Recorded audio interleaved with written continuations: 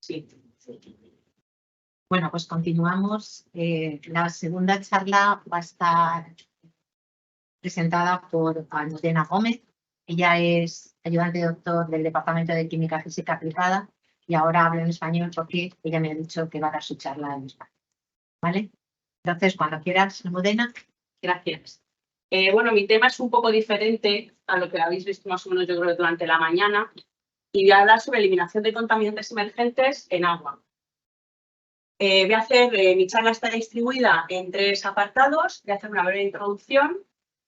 Luego os voy a hablar de los fotocatalizadores novedosos en que hemos sintetizado y en los que hemos medido para fotodegradación de contaminantes en agua. Y luego al final os voy a hablar, también se utiliza para el tratamiento de aguas, absorción. Entonces os voy a hablar de un pequeño ejemplo de unos absorbentes para el tratamiento de aguas, ¿vale? Como todos sabemos, la contaminación del agua es uno de los problemas más importantes en el medio ambiente y la relevancia va aumentando en todo el mundo.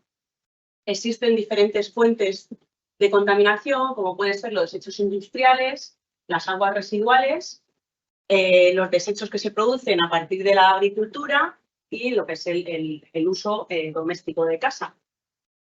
Los principales contaminantes en agua suelen ser productos químicos, los patógenos y los microplásticos, nanoplásticos que hoy en día están tan de auge, porque las depuradoras al final no pueden eliminar dichos contaminantes. En mi caso yo me centraré en lo que es los fármacos. ¿Por qué me voy a centrar en los fármacos? Porque las depuradoras no son suficientemente eficaces respecto a ellos, entonces al final se consigue, o sea, se hace una acumulación de dichos fármacos en el agua que puede llegar desde centenares de microgramos litro a miligramos litro. Entonces, al final, esto lo que está haciendo es que durante los años esto se vaya arreglando. Al principio no había ninguna regla que dijese cuánto era el mínimo que tenía que tener el agua para su consumo, pero cada vez la población es mayor, cada vez consumimos más fármacos día a día y al final eso el cuerpo no los absorbe todos, entonces al final van a las aguas. Entonces, el objetivo de estos estudios es crear un proceso aparte, que fuese luego complementario a las depuradoras para llegar a su totalidad o por lo menos disminuir la concentración que luego vertimos al agua. Para las diferentes técnicas de eliminación de agua existen pues, la oxidación biológica, la filtración física, la oxidación química o la desinfección ultravioleta. En mi caso yo me centraré dentro de la oxidación química en los procesos de oxidación avanzada.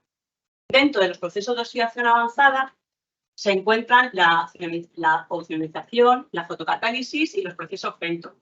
Los procesos de oxidación avanzada lo que conllevan son la generación de radicales, esos radicales son los que luego fotodegradan el contaminante.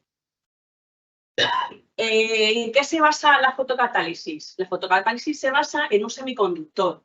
Ese semiconductor tiene que ser capaz de sufrir una transición de electrones desde la capa de valencia a la capa de conducción, al ser irradiado con una luz de suficiente energía superior a su banda su banda prohibida, o como conocemos en inglés, el bandgap.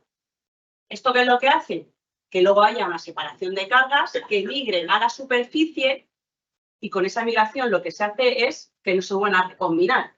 Y en esta superficie que reaccionen con las especies absorbidas, que en nuestro caso serán los contaminantes, para que los degraden. Entonces, las 4 características de un semiconductor tiene que ser pues, que elijamos bien el semiconductor. La luz irradiada, que tiene que ser de suficiente energía para que este proceso se produzca. Luego, que la separación de cargas sean tal que favorezcan la no recombinación y que luego, cuando lleguen a la superficie, sean capaces de reaccionar con nuestros contaminantes. No sé si algunos sabéis de este tema, pero el fotocatalizador más común es el óxido de titanio. Este solamente es activo bajo radiación ultravioleta, pero aún así, cuando trabajamos con radiación solar, que solamente tiene una contribución del 5% de ultravioleta, es uno de los mejores. O sea, solamente teniendo un 5% de ultravioleta es mejor que muchos otros que tienen a lo mejor actividad en el invisible. ¿Qué es lo que se busca hoy en día? Pues intentar superar al óxido de titanio y que sean compuestos que también sean activos en la región del visible, para así tener todo lo que es el espectro del solar, el ultravioleta y el visible. Entonces, los estudios de hoy en día lo que se lleva es a formar, por ejemplo, materiales basados en el óxido de titanio, porque el óxido de titanio, el inconveniente que tiene es la recuperación. Son partículas en polvo muy finas que al final, a la hora de recuperarlas, pues no se pueden filtrar, no se pueden decantar. Entonces, ahora lo que se basa es en buscar materiales basados en óxido de titanio o en buscar otros semiconductores, como puede ser dopando de una deposición de metal o los sensitizers. Los sensitizers son como anclar moléculas en los óxidos de titanio o en los semiconductores que favorezca que su banda de absorción se mueva hacia el visible. También está enfocado en los futuros, o sea, los estudios de hoy en día en otros semiconductores, como pueden ser óxidos mixtos, sulfuros metálicos, polimetalatos o MOF, que no sé si habréis oído hablar, que son los metal organic founders, que son unas estructuras que están formadas por unos clústeres metálicos y luego un compuesto orgánico que hace de linker, que son los que le dan al final las estructuras porosas. Y a su vez también las combinaciones de los dos casos anteriores, combinaciones de varios semiconductores, sean 2 o 3, o nanoarquitecturas, que suelen ser la combinación de un soporte más luego algo nano pegado al soporte. Como os he dicho, como lo he dividido en 3 partes, ahora voy a pasar a lo que es enseñaros más o menos brevemente, porque no son muchos materiales y no me puedo meter en todo ello. Entonces, los últimos fotocatalizadores novedosos que hemos creado en el laboratorio, ¿vale? En el laboratorio los experimentos se han realizado o en batch, que es este de aquí, que simplemente metes el reactor dentro del simulador solar con una disolución, una concentración conocida del contaminante, acorde esa concentración a lo que se suele encontrar en el medio ambiente. O sea, no puedes poner 100 ppm porque al final 100 ppm no es viable porque no es lo que tú encuentras. Sueles trabajar entre un ppm, 5 o incluso menos. También hemos hecho experimentos en verde en batch, en continuo, que es el reactor para dentro del simulador solar, pero la disolución de contaminante emergente está en continuo, en continuo flujo. Esto luego se ha analizado por diferentes técnicas por HPLC para conocer cómo disminuye tu concentración de contaminante, con TOC para conocer el Total Organic Carbon, para saber si hemos mineralizado o no, porque hay muchas veces que lo que se hace es te cargas el contaminante inicial, pero no mineralizas. Lo partes que al final lo vuelves a obtener, pero con distintas fracciones.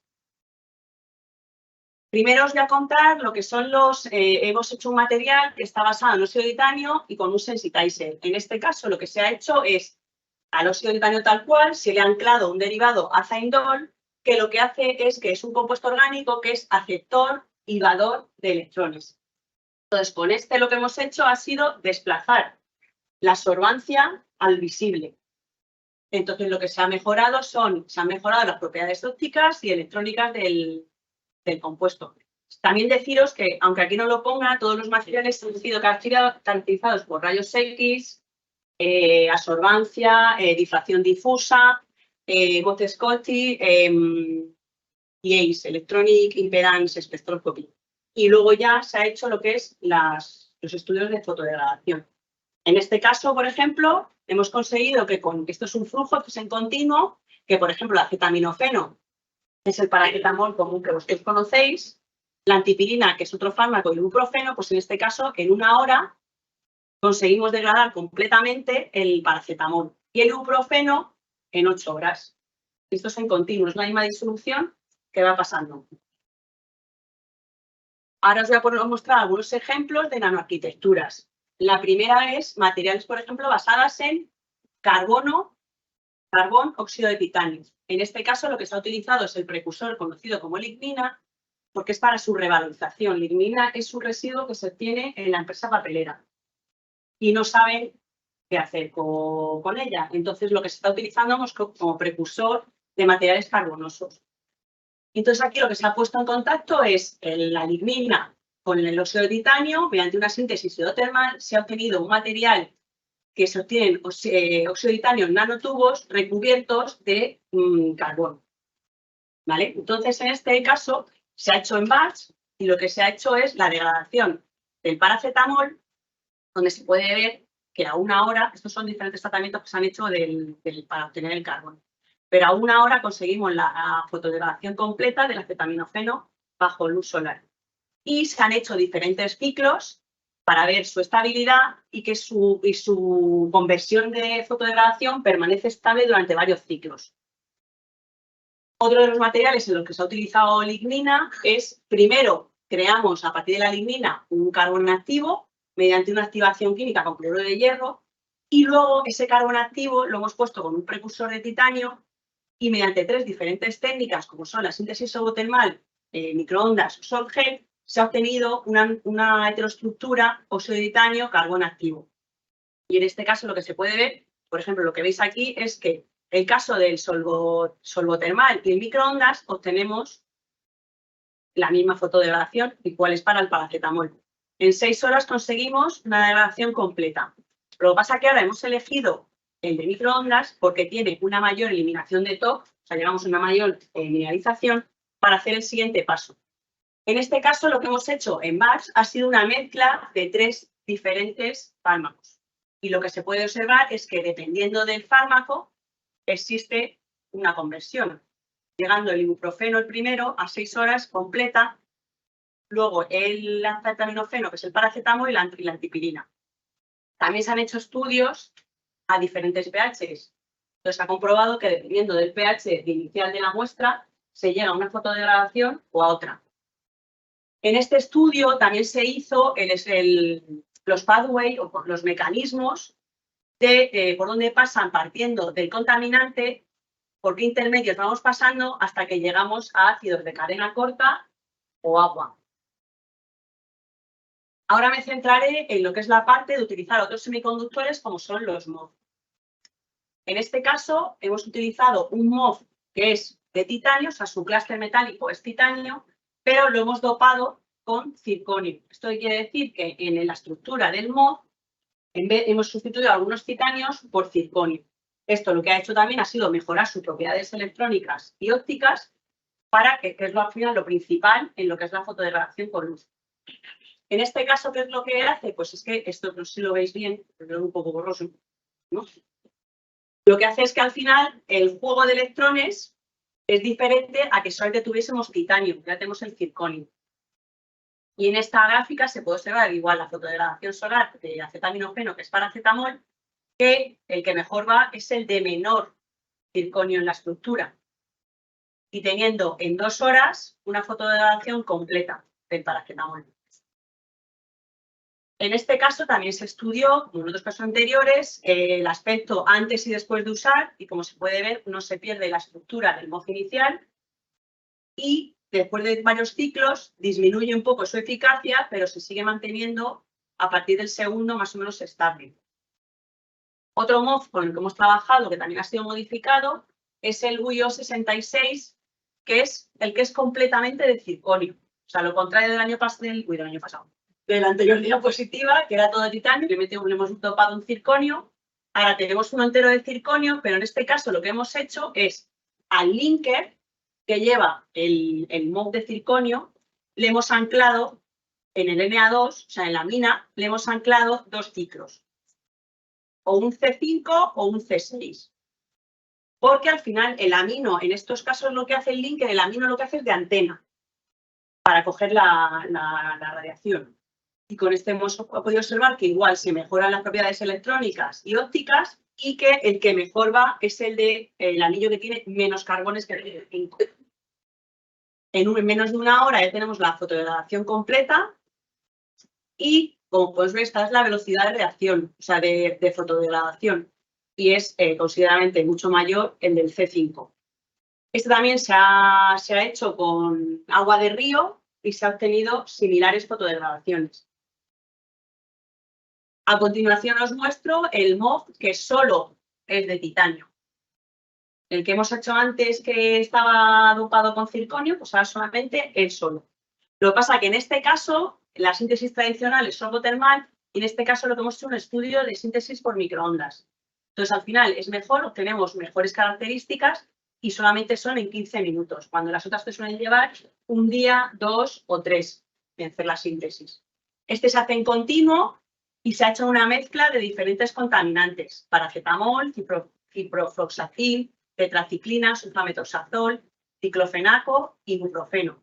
Y como se puede observar, los que llegan casi a completa, uno completa y otro casi, son el acetaminofeno y el ciprofloxacin, y los que se quedan más alejados es el diclofenaco y el ibuprofeno y el sulfametosazol. O sea que depende de qué contaminante estés utilizando, un material no sirve para todos. Y luego, yo creo que he ido muy rápido, ¿no? No, bien, son 5. Sí. Y luego, por último, os cuento un poco de un ejemplo de absorción y tratamiento de aguas. En este caso, lo que se ha hecho, la lignina que os he comentado antes, los carbones activos que se han preparado a partir de ellas se han utilizado para hacer la absorción de paracetamol y acetamiprida. En este caso, lo que se hacen es una activación física y se hacen unas cinéticas y isotermas de absorción de ambos contaminantes. Y si podéis ver que depende del contaminante, este es la acetamiprida y este es el acetaminofeno, el comportamiento es distinto. En el caso de la acetamiprida, tenemos que su K, la velocidad de absorción, disminuye al aumentar la temperatura, porque esto se suele hacer a 3 temperaturas distintas. Entonces se dice que es una absorción exotérmica. Sin embargo, en el caso del paracetamol, su K aumenta al aumentar la temperatura. Entonces eso quiere decir que es una absorción endotérmica. Luego se hace este estudio, porque esto es lo que se hace, las cinéticas se hacen a una concentración fija de contaminante. Y luego se hace estudio en la isoterma, en la que varías la concentración inicial y mides igual su cantidad absorbida. Y en este caso, que está ajustada a un modelo de doble, lo que se ve es que es un modelo de doble lámina. Y el comportamiento es igual: a menor temperatura, menor cantidad absorbida, en el caso de la acetamiprida, y en el caso del paracetamol, a mayor temperatura, mayor cantidad absorbida, aunque aquí parece que le da un poco igual a qué temperatura lo hagas, porque la diferencia es muy pequeña. Y igual se ha probado en distintos ciclos. Y como se ve, pues se sigue manteniendo la absorción después de diferentes ciclos. Y esto es todo.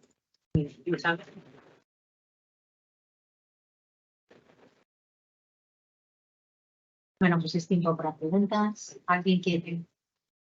Lo primero de todo, muchas gracias. La verdad que la charla me está muy interesante.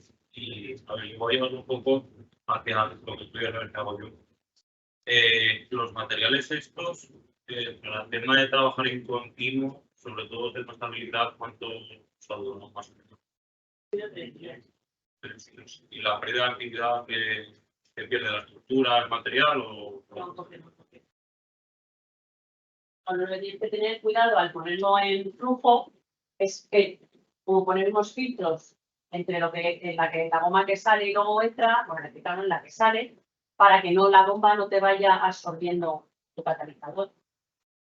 Porque si no, al final, la relación catalizador-contaminante la tienes siempre. Luego, para el tema, intentarlo en algunas estructuras y 3D o algo importado, los materiales estos, ¿crees que aguantarían?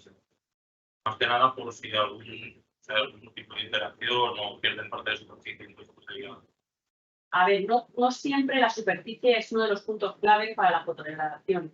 Tiene algo que ver, pero no porque un material tenga más superficie no quiere decir que sea mejor en fotodegradación.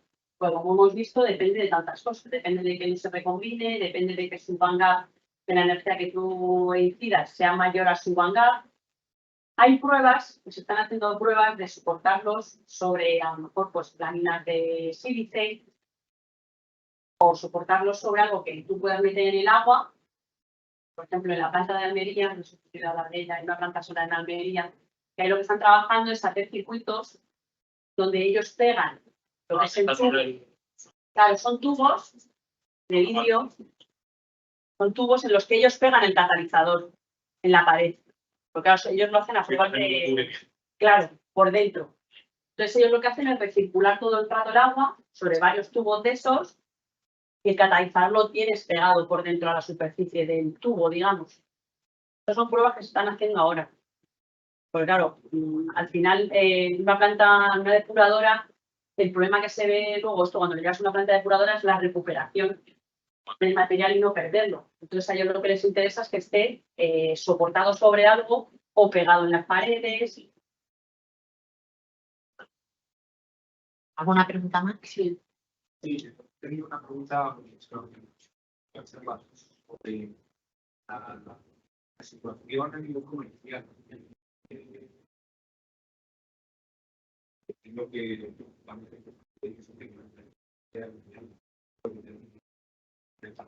Sí, a ver, un poco más alto. estaba preguntando sobre la situación ahora mismo a nivel comercial y si realmente, bueno, pues planteáis que esto se transfiera en algún momento a la industria, cuál es el margen que hay, qué tipo de parámetros hay que optimizar fundamentalmente para que esto ocurra. Claro, pues esto lo que hay que hacer luego es llevarlos a, por ejemplo, hay uno de los que he presentado, el del MOF, que le hemos anclado un ciclo de 5, ese lo hemos patentado, porque es mejor incluso el óxido de titanio. Lo que pasa es que eso luego llega a un proceso que tendríamos que hacer pruebas a escala, digamos, planta piloto. Y ahora mismo aquí en la universidad es un poco complicado. Porque tendríamos que montar, pues como eso, pues ahí muchas veces lo que nos planteamos es irnos a la planta solar de Almería y ponerlo allí. Lo que pasa es claro, que nuestra capacidad de síntesis para obtener gramos y gramos para recubrir lo que ellos tienen para que tú pruebes, que son lo que he dicho, los tubos estos de cristal, es mucho. Una cuestión de cantidad, básicamente, y ahí el tema del precio también es importante, que cuando vas a cantidades tan grandes. Claro, hay que ver un poco lo de que es el círculo este económico. El óxido de titanio tiene un rango de funcionamiento de pH bastante amplio en comparación con los otros inhibidores. Porque has hablado del óxido de zinc y yo creo que el óxido de zinc es más estrecho, pero has necesitado Claro, no, pero ese es porque cuando nosotros hacemos la fotodegradación, tenemos siempre un estudio de pH, de dosis de catalizadores fuertes, porque a lo mejor que tú pongas 250 miligramos litro no quiere decir que esa sea la mejor. Se supone que cuanto menos pongas, más viable será luego a la hora de llevarlo a una empresa. Pero el pH es que depende tanto del compuesto con el que le pongas con el óxido de titanio. A ver, el óxido de titanio, hablando mal y pronto, es la leche. Entonces, como que nadie se quiere meter a escalar cosas nuevas, cuando el óxido de titanio, sí, lo que pasa es que eso que funciona, diciendo cómo puede funcionar también con casi todo, teniendo solamente un 5% de actividad, digamos, del solar. Lo que pasa es que el problema que tienen los óxido de titanio es la recuperación.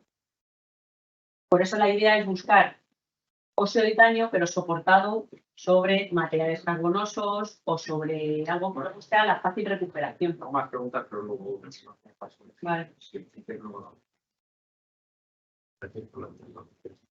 Yo te quería preguntar, cuando hablabas de los sensitizers, ¿no?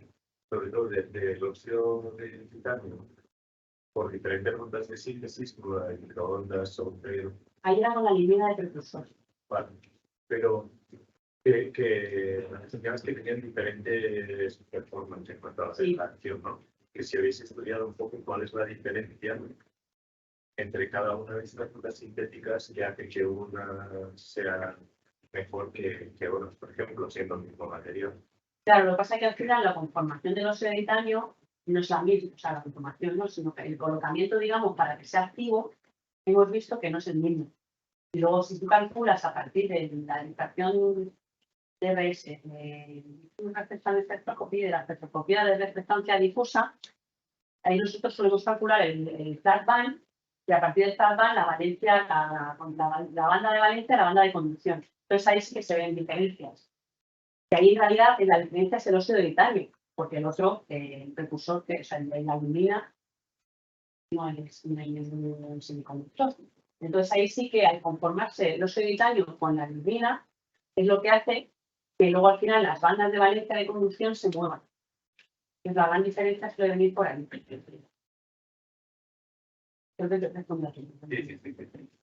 Sí. Bueno, Muchas gracias por la charla. Yo quería preguntarte sobre los productos de la fotocatálisis. Si son productos, o sea, es algo que se caracteriza y tienes un solo tipo de producto, si tienes varios, y cuál es su grado de contaminación también, si son completamente inertes o no. Tóxicos no son. Pero, por ejemplo, lo que llegamos son pues que empezamos a romper la molécula. Entonces, ninguno es más tóxico que la molécula. Entonces, al final, esto lo que tenemos varios, porque cuando tú miras el HPLC, y tú vas siguiendo la fotodegradación, tú ves tu compuesto y aparte te van apareciendo nuevos. Esos nuevos lo que van haciendo es, según tu compuesto va disminuyendo, esos van creciendo. Entonces, esto lo que hacemos luego, pues es una muestra de esa, que nosotros en el laboratorio no lo tenemos, pero lo llevamos a lo que es al CIRI, que nos siguen por los MZs de los compuestos y luego hay que, pues, quebrarse la cabeza con los MZs y llegar a hacer el mecanismo. Y típicamente tienen rotura de todos aquellos aromáticos. Sí, hay algunos que, es que aquí no se ve, es que no sé si a lo mejor puse alguna al final. ¿Ves? Esta, por ejemplo, Sí. es el paracetamol. En el de... no lo he puesto en qué artículo es. Pero ves, tienes dos vías. La apertura del anillo o el acoplamiento. Y luego el acoplamiento, que se sigue hablando. Esto es que también nos da dímeros y trímeros. Que es lo curioso que hemos visto en este caso. Y luego, pues la ruptura de la apertura del anillo, que luego lo siguiente que nos da ya es la oxidación o mineralización, que da ácidos de cadena corta, agua, CO2 o nitratos. Eso es lo que hemos podido ver. Luego, por ejemplo, en este caso de los dímeros, pues luego lo que se obtiene es que pierdes un grupo amida y obtienes otro compuesto. Entonces, esto es lo que luego es el mecanismo, el ibuprofeno, pues pasa lo mismo. Puede ocurrir la hidroxilación, la apertura del anillo o la desmetilación. Entonces, claro, tú ves los picos en HPLC, pero luego tienes que llevarlo al LC masas, donde se dan las masas, la MZ de cada uno, y tienes que buscar la bibliografía, pensar en qué posibles compuestos se puede romper tu molécula. Y bueno, si quieres ver también, pues en la antipirina, que puede pasar, o sea, todo esto es lo que hemos sacado de los mecanismos. ¿Alguna pregunta más? Yo quiero hacerte una. Dime, Pilar. Bueno, pues después. Vale. ¿El óxido de titanio que utilizáis es comercial? En el caso de la estructura, donde hay alguno que lo sintetizamos nosotros, a partir del ¿Por qué precursor, vía? ¿Por qué vía? por sorbotermal.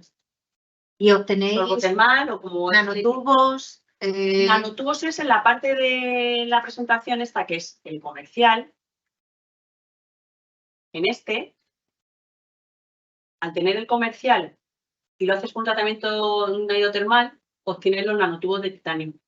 O sea, Ya, es que las estructuras de los óxidos de titanio pueden ser diversas dependiendo de la metodología. Hay una metodología que dices que usas, que es microondas. Sí. ¿Cómo lo haces? Quiero decir que hay equipos de microondas para obtener este tipo de compuestos. Claro, no es un microondas convencional. No, sí, pero usas un microondas específico donde tú metes el tubo. Sí, es un microondas que tiene casas, donde tienes dos reactores. En uno tienes la sonda, que es el que va midiendo la temperatura y la presión, y entonces ahí lo que hacemos es como si fuese un tratamiento sorbotermal que tú metes en los reactores de Teflon, tú metes en la mezcla, pues aquí es lo mismo pero en microondas. Lo bueno del microondas, pues que los tiempos son más cortos. ¿Y cuánto sacas de cada síntesis de microondas?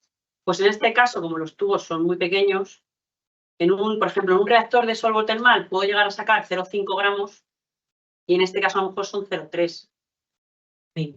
Por eso te decía que, un poco al hilo de lo que decía José Luis, que todas estas cosas son más de laboratorio que escalables, porque per se la síntesis es complicada, sí. Se obtiene poco producto, no sé cuánto precio incrementaría el hecho de hacerlo a gran escala.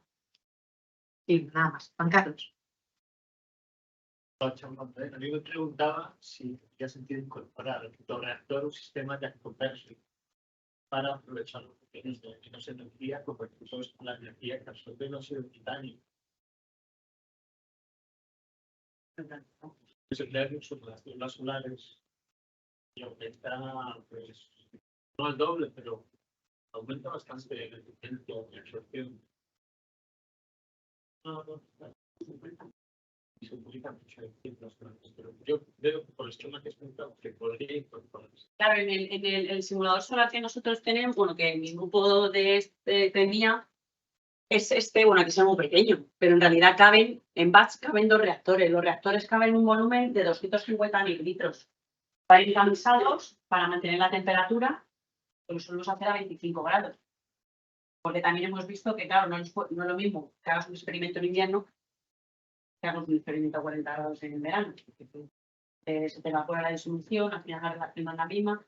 Entonces, a lo mejor lo que tú dices, a lo mejor poniéndolo en las paredes o en algún sitio Algo que permita convertir fotones de alta energía pequeña y reemplazarlos otra vez sobre la muestra. O sea, sean los fotones que se pierden, recuperarlos y volverlos a los mismos.